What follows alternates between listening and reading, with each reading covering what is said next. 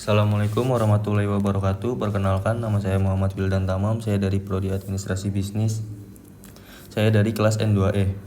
Jadi di video kali ini saya akan mentutorialkan dan sedikit menjelaskan atau mempraktikkan secara langsung bagaimana cara membuat akun Cortex DJP dengan langkah-langkah yang mudah dipahami, khususnya untuk wajib pajak yang baru pertama kali mendaftar.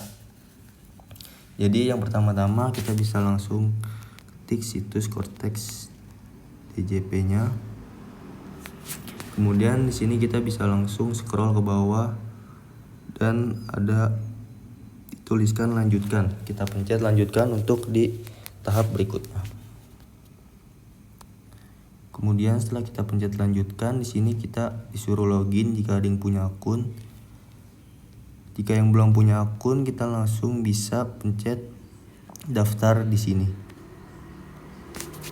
Nah, baik teman-teman, jadi setelah kita masuk di website Cortex DJP-nya ini, nantinya akan muncul seperti tampilan kayak gini.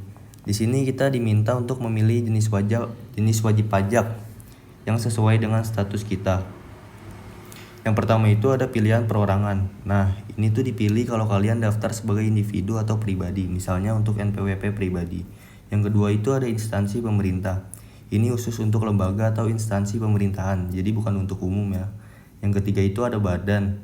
Ini tuh dipilih jika kalian mendaftarkan perusahaan, CV, PT, atau bentuk usaha lainnya.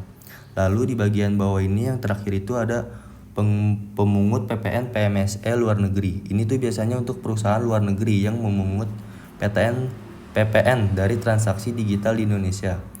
Jadi kalau kalian daftar sebagai pribadi, langsung aja pilih menu perorangan.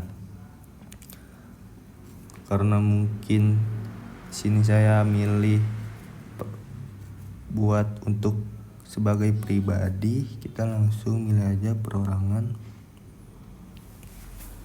Oke teman-teman, setelah kita masuk ke tahap berikutnya, di sini akan muncul halaman persiapan registrasi wajib pajak.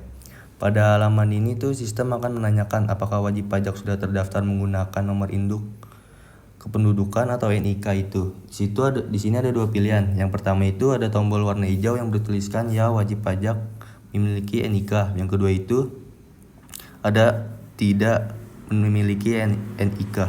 Ini tuh biasanya dipilih untuk kondisi tertentu, misalnya warga negara asing atau pihak yang memang tidak memiliki NIK. Jadi bisa mencet tidak memiliki NIK.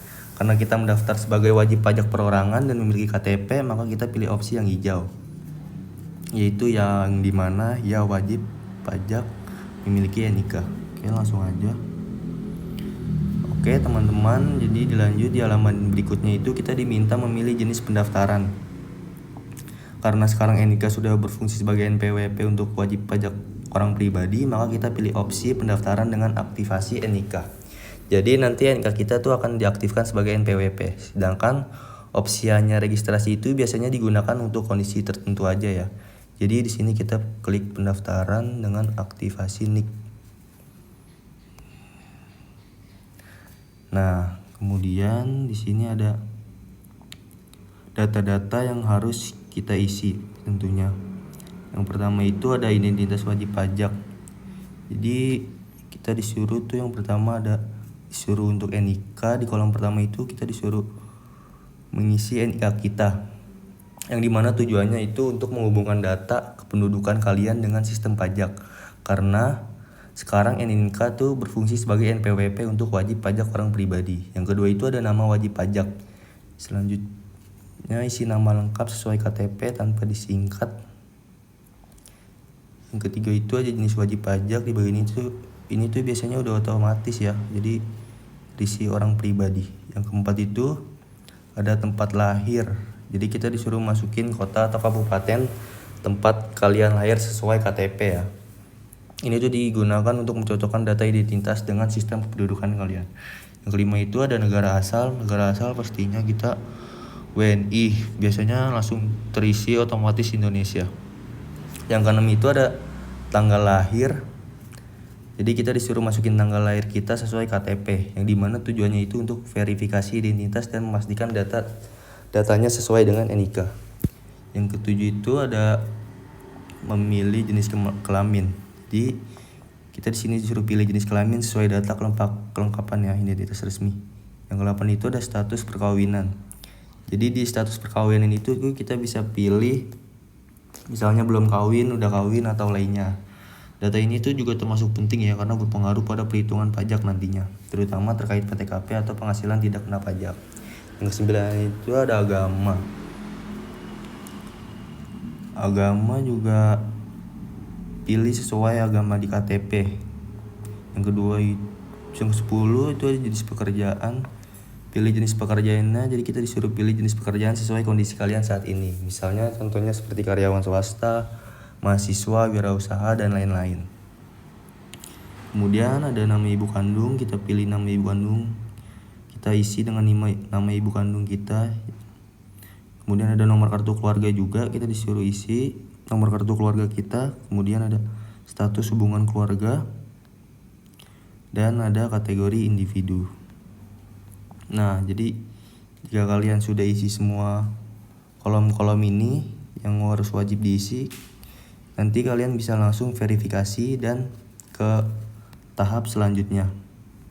Di tahap selanjutnya itu kita disuruh juga ada namanya itu detail kontak. Jadi di tahap kedua ini tuh kita diminta untuk mengisi informasi kontak seperti nomor HP dan email yang aktif, yang dimana tujuannya supaya DJP ini bisa menghubungi kita jika ada informasi atau notifikasi terkait pajak. Yang ketiga itu ada orang terkait. Jadi di tahap ini tuh biasanya kita mengisi data pihak yang berhubungan dengan wajib pajak, misalnya kuasa atau penanggung jawab tertentu jika itu ada. Kalau tidak ada sih biasanya bisa dilewati atau diisi sesuai penunjuk sistemnya. Yang keempat itu ada data ekonomi. Data ekonomi itu di bagian ini tuh kita disuruh mengisi informasi mengenai pekerjaan atau kegiatan usaha.